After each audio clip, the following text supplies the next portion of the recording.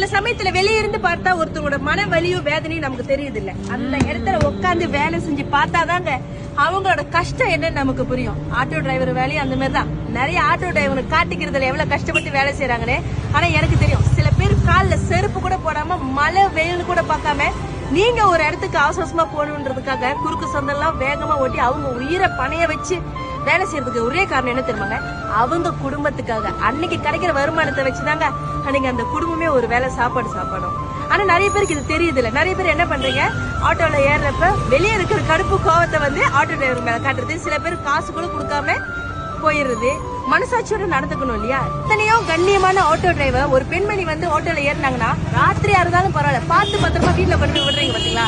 உங்க அம்மா அப்பா உங்களை நல்லா வளர்த்துருக்காங்க, உங்க பிள்ளைங்களும் கண்டிப்பா நல்லா வளருவாங்க. இந்த எண்ணத்தோடயும் இந்த கஷ்டப்பட்டு நீங்க உழைக்கிறீங்க பாத்தீங்களா, உங்களோட உழைப்பு வீணா போகாது. இப்படிப்பட்ட ஒரு ஆட்டோ டிரைவருக்கு நம்ம ஒரு தேங்க்யூ ஹீரோ சொல்லலாமே. என்னடா சொல்றது?